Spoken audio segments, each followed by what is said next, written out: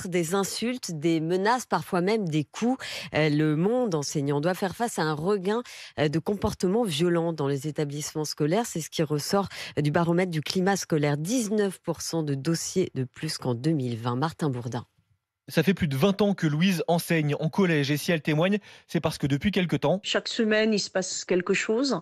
Et les mots comme connasse, pute, salope sont de plus en plus fréquents. un élève a même failli s'en prendre à elle physiquement. C'était en septembre dernier, quelques jours après la rentrée. Un élève qui m'a menacé par lettre, qui a participé à une émeute à ma porte, m'a invectivé. Je n'avais qu'une hâte, c'est fermer ma porte et me protéger. Il n'y a pas eu de coup, mais j'en ai vraiment eu peur. Louise a quand même été arrêtée plusieurs semaines à cause du traumatisme psychologique. Elle déplore aussi l'attitude de certains parents qui soutiennent leurs enfants.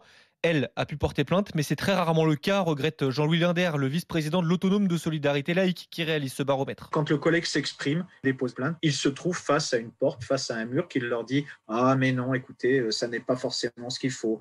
Peut-être une main courante, dans le meilleur des cas. » Et les collègues étant en situation de souffrance, vivent ça comme finalement une non-reconnaissance de la réalité de ce qu'ils vivent au quotidien. Moins d'1% des 4732 dossiers recensés l'année dernière par l'association ont connu des suites judiciaires, ce qui n'incite pas les autres enseignants victimes à porter plainte.